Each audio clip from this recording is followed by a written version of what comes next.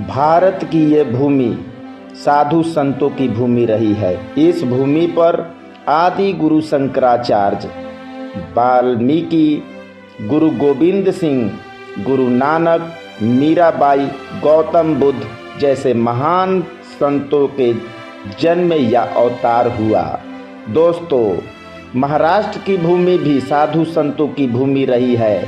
यहाँ संत ज्ञानेश्वर, एकनाथ, तुकाराम, रामदास, गोरा कुमार इत्यादि ने जन्म लेकर इस भूमि को पावन बनाया। मराठी भाषा में श्रेष्ठ धार्मिक ग्रंथों का प्रणयन करके उन्होंने जनसाधारण को भक्ति का मार्ग दिखाया।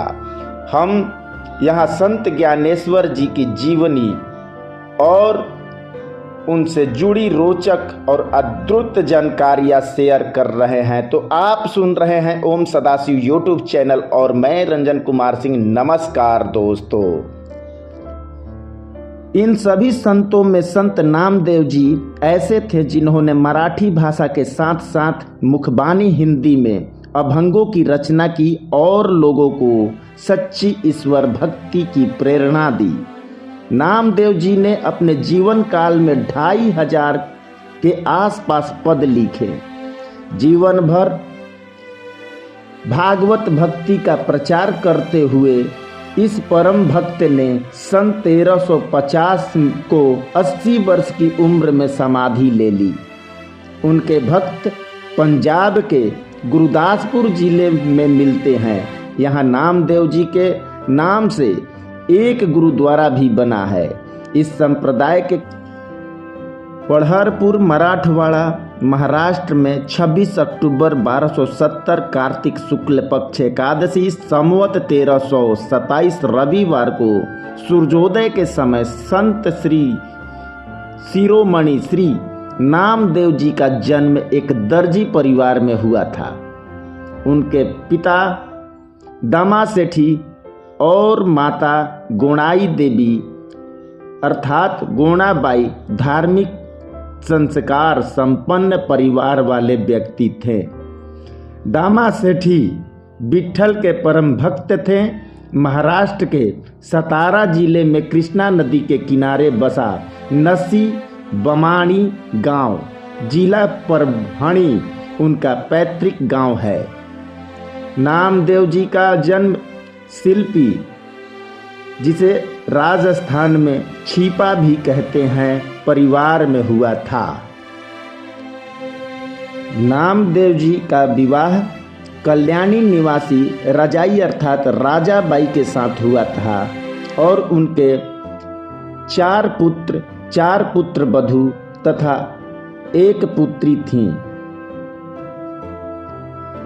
कहा जाता है कि नामदेव जी के पिताजी दामाजी विट्ठल परम भक्त थे।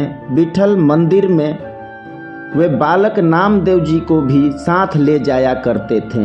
एक बार दामा सेठी किसी काम से दूसरे गांव में जाते समय बालक नामदेव जी को मंदिर में जाकर भोग चढ़ाने का भार सौंप गए। बालक संत शिरोमणि नामदेव जी नैवेद्य लेकर भगवान के सामने घंटों बैठे रहे। काफी समय निकल जाने पर भगवान भोग ग्रहण करते न देखकर रोते हुए बोले, आप तो मेरे पिताजी के हाथ का भोग रोज स्वीकार कर लेते हो, मेरे हाथ का क्यों नहीं? आप जब तक नैवेद्य ग्रहण नहीं करोगे तब तक मैं न तो खाऊंगा न पीऊंगा। वे एक पैर पर आंख मूंदे खड़े रहे। उनकी अविरल भक्ति देखकर भगवान श्री हरि मूर्ति से बाहर आए और उन्होंने बड़े ही प्रेम पूर्वक नैवेद्य ग्रहण किया। बालक नामदेव खुशी खुशी भोग की थाली खाली लिए हुए अपने घर पहुंचा और घर जाकर उन्होंने पूरी घटना विस्तार पूर्वक अपनी माता को बताया। माता को बड़ा आश्चर्य हुआ और विश्वास नहीं हुआ। रात को जब नामदेव जी के पिताजी घर लौटे तो गोणाबाई ने सारी घटना अपने पति को सुनाई। उन्हें भी आश्चर्य हुआ और विश्वास नहीं हुआ।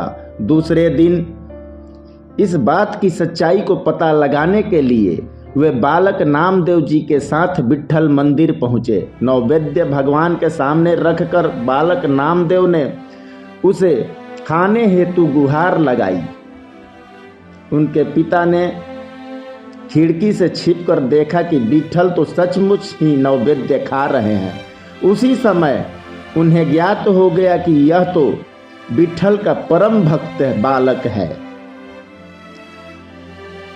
एक अन्य घटना के अनुसार एक बार ऐसे ही घटना हुई कि उनकी रसोई में एक कुत्ता घुस आया और रोटी मुंह में दबाकर भागने लगा। बालक नामदेव जी उनके पीछे पीछे घी का बर्तन लेकर दौड़े और कुत्ते को पकड़कर उसे घी चुपड़ी रोटी खिलाई। कहा जाता है कि कुत्ते के रूप में साक्षात विट्ठल भगवान थे। एक अन्य घटना के अनुसार संत नामदेव जी के साले साहब उनके घर आए हुए थे। नामदेव जी की पत्नी राजाबाई ने अपने भाई के लिए भोजन जुटाने के लिए उनसे यह भी कहा कि घर में अन्न का दाना नहीं है, भाई को नहीं खिलाऊंगी तो मायके में बदनामी होगी। नामदेव जी बोले, आज एकादशी है, कल भोजन कराओगे। ऐसा कहकर मंदिर चले गए। लेकिन थोड़ी ही देर पर उनके घर अन्न से भरा हुआ बोरियां पहुंच गया। उनकी पत्नी राजाबाई ने सोचा यह तो नामदेव जी ने भेजा होगा। उससे भाई को खुशी खुशी भोजन कराया और घर आकर नामदेव जी स्वयं चकित थे। उन्हें मालूम हो गया कि वे तो भगवान विट्ठल की कृपा थी। कहा जाता है कि रुक्मिणी नामक एक महिला ने राजाबाई की दुर्दशा देखकर पारस पत्थर उसे देते हुए कहा कि उनके घर में इनकी वजह से कोई कमी नहीं रहेगी। इसे लोहे में छुआते ही वह सोने में बदल जाएगा। उसने घर आकर ऐसा ही किया।